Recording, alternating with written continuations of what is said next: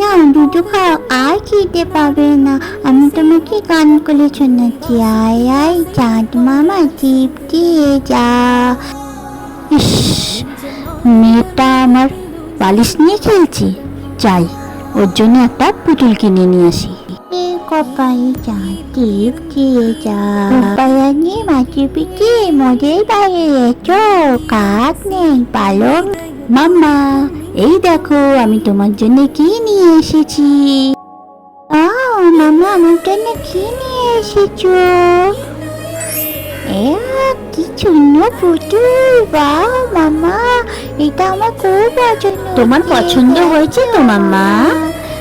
আমি এটাকে নিয়েই এবার থেকে খেলবো। বাহ কি কিউট! থ্যাংক ইউ মামা, love you. Love you too mamma.